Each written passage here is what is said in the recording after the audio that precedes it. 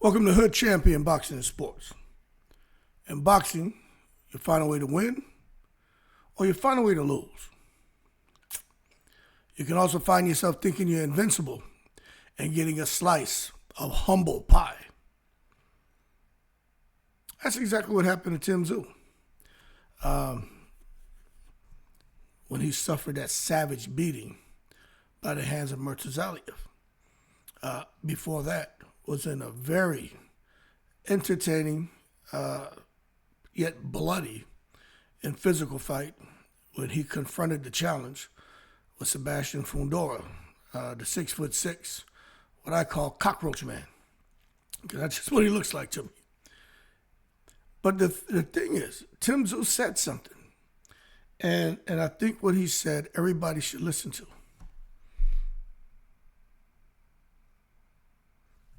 He said that he felt invincible. Now, I'm going to tell you, when you're blazing through people, the way Tszyu had blazed through the three opponents prior to fighting Sebastian Fundora, and then even going into the fight with Fundora, and although he lost, there was still a however comma behind that fight. Because it's like, yeah, he lost, however. If they would have just stopped the fight and not allow their pride and their hubris to interfere with the decision-making, he would have retained his title. But the bottom line is, the cut on his head did affect the outcome of the fight. So it's like, however, he was more than likely going to win. So you're sailing to a fight with Murtazaliev still feeling like the Fundora fight happened, but it didn't happen. So in Tszyu's words, right, after getting humbled by Murtazaliev, says you feel invincible when you're on a high.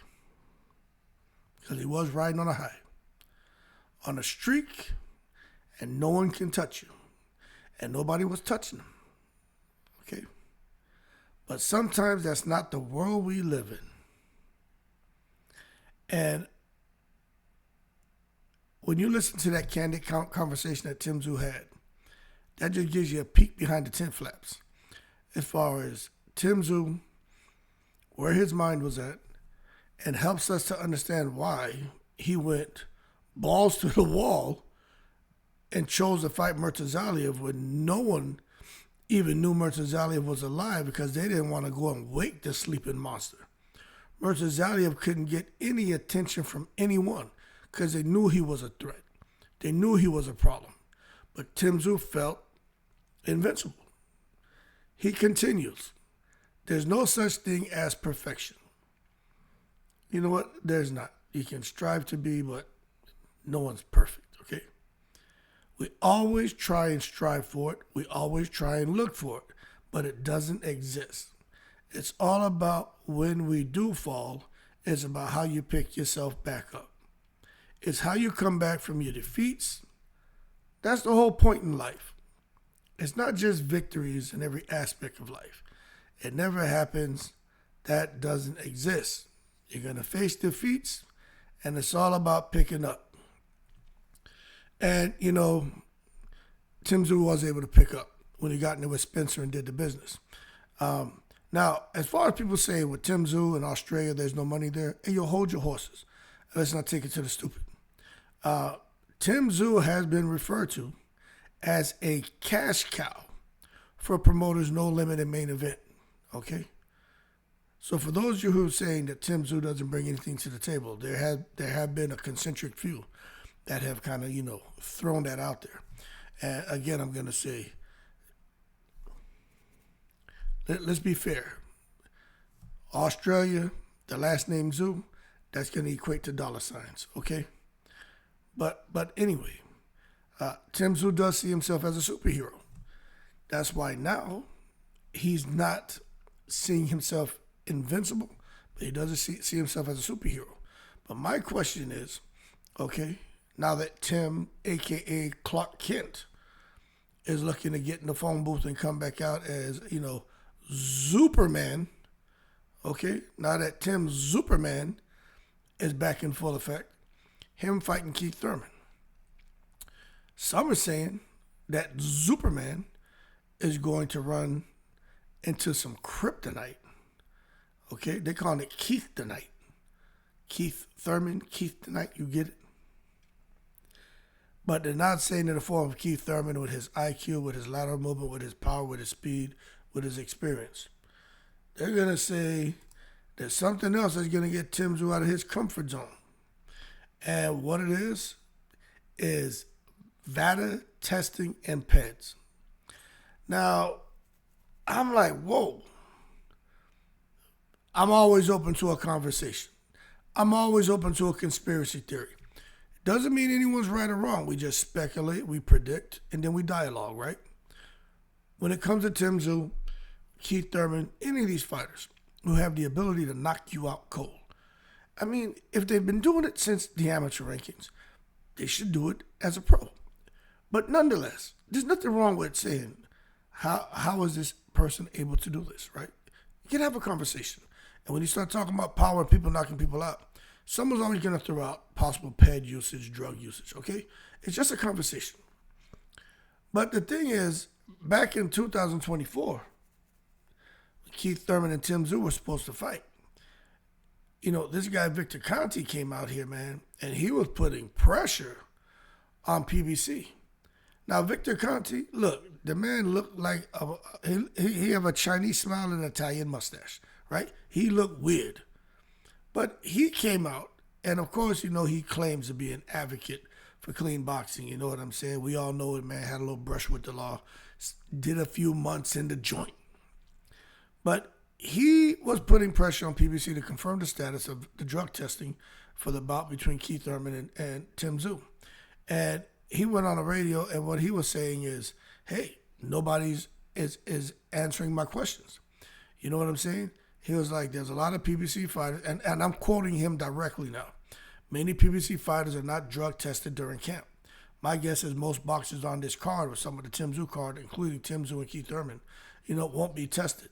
He's like, hey, somebody, please be transparent. PBC has a muzzle rule on Vada, so they don't seem to believe in transparency with regards to drug testing in boxing. The truth matters. The silence is deafening.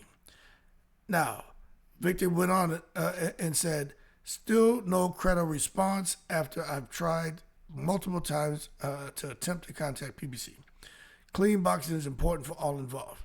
And then he went on and started saying how, you know, it's a massive problem in the sport. It's all about promoters and the financial gain. They don't really care about, you know, a fair fight. It's all about having an advantage going to a fight and the financial gain involved. Now, my thing is, now that Superman and Keith Thurman, like the talks have started again, right? They've resumed. I wonder if this PED usage, drug testing, you know, Vada testing, if that is going to bubble up again, if that conversation is going to bubble up again. Do I think it should? I think everybody should, you know, be testing. I mean, turkey a la chic, we know when turkey's in the house, every day's Thanksgiving. My thing is, for turkey a la chic, with the fact that this man has endless money, they print their own money over there in Saudi, right? Why don't he just go ahead and say, okay, Vada, UCAD, anyone involved with drug testing, let's look at the last 5 years. What have you averaged in revenue? Okay, because they have the dough, throw another $1 million on top of that. I'm going to pay you this for the next 5 years, okay? And we're going to test every fighter out here. Anyone who's a boxer, we're going to test year-round. That way, any fighter who turns that down, well, then you know, a little trouble in paradise. But anyway, I just wonder if that conversation is going to rear its head again. Because that was a big topic of conversation by many. But, you know, Victor Conte was spearheading the conversation when it comes to why nobody was saying whether there was going to be testing or not, suggesting that it's a possibility that there's going to be some foul play. Now, what I'll say is this. I don't know anything about Keith Thurman ever taking PEDs or testing positive. He's always knocked people out. So you got to think that Keith Thurman's always been clean. So for Victor Conte to come out here stirring the pot makes you wonder why he was doing that. And as far as Tszyu, I don't think he has started to do something over the last few years that he's never done before. When he was out there fighting in Australia, tranquilizing people, a lot of people felt when he came to the States he'd get exposed. He came to the States and did the business. So Tszyu is still doing what he's always done. I don't think there's going to be an issue with testing. But again, I don't know. I don't make those decisions. But I'd be shocked if Victor Conte, especially with all the attention on his ass right now, because they still can't answer why Devin Haney's little brother knew that Ryan Garcia was going to test positive for PEDS. Anyway, I'd be shocked if Victor Conte was back here trying to kind of breathe life back into this discussion, because I don't think it's fair. But anyway, I just hope Tszyu can keep it all together. Seems like he thought he was invincible, realized he wasn't, but he still sees himself as Superman, and he should, because he can fight. Keith Thurman sees himself as one time, and still sees himself as someone who can become a champion at 154. You know why? Because Keith Thurman can fight. The bottom line is, whether you think you're invisible, think you're Superman, you think you're Keith tonight, Kryptonite, get it? Or you're someone on the outside thinking, neither one of these guys are clean fighters, we need to put more attention on them. Doesn't matter. Keith Thurman, Tszyu, that's going to result in an outstanding fight, two amazing athletes, and I want to see it. Y'all keep cool. Shout out to the veterans, all 7 continents. In the breeze.